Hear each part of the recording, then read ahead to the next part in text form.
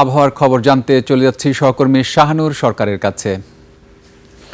শাহানুর, আজকের আবহাওয়া নিয়ে আপনার কাছে কি তথ্য আছে, আমাদের বিস্তারিত জানান। ধন্যবাদ রক্তিম আপনাকে। দর্শক, এই মুহূর্তে আজকের আবহাওয়ার সর্বশেষ খবর জানাবো আপনাদেরকে। আজ 28 এপ্রিল 2026। আগামী 24 ঘন্টায় রংপুর, রাজশাহী বিভাগের কিছু কিছু জায়গায় এবং ঢাকা, খুলনা, বরিশাল, চট্টগ্রাম, সিলেট এবং ময়মনসিংহ বিভাগের অনেক জায়গায় অস্থায়ীভাবে দমকা হাওয়া সহ বৃষ্টি এবং বিদ্যুৎ চমকানো সহ বজ্রবৃষ্টি হতে পারে। সেই সাথে কোথাও কোথাও মাঝারি ধরনের ভারী থেকে অতি ভারী বর্ষণের সম্ভাবনা রয়েছে। আগামী 24 ঘন্টায় সারা দেশে দিনের তাপমাত্রা প্রায় অপরিবর্তিত থাকলেও রাতের তাপমাত্রা সামান্য কমতে পারে। এই মুহূর্তে রাজধানী ঢাকা সহ দেশের বিশেষ কিছু অঞ্চলের তাপমাত্রার কথা বললে প্রথমেই দেখতে পাচ্ছি রাজধানী ঢাকার এই মুহূর্তের গড় তাপমাত্রা রয়েছে 24 ডিগ্রি সেলসিয়াস। সিলেটের তাপমাত্রা দেখতে পাচ্ছি 22 ডিগ্রি সেলসিয়াস।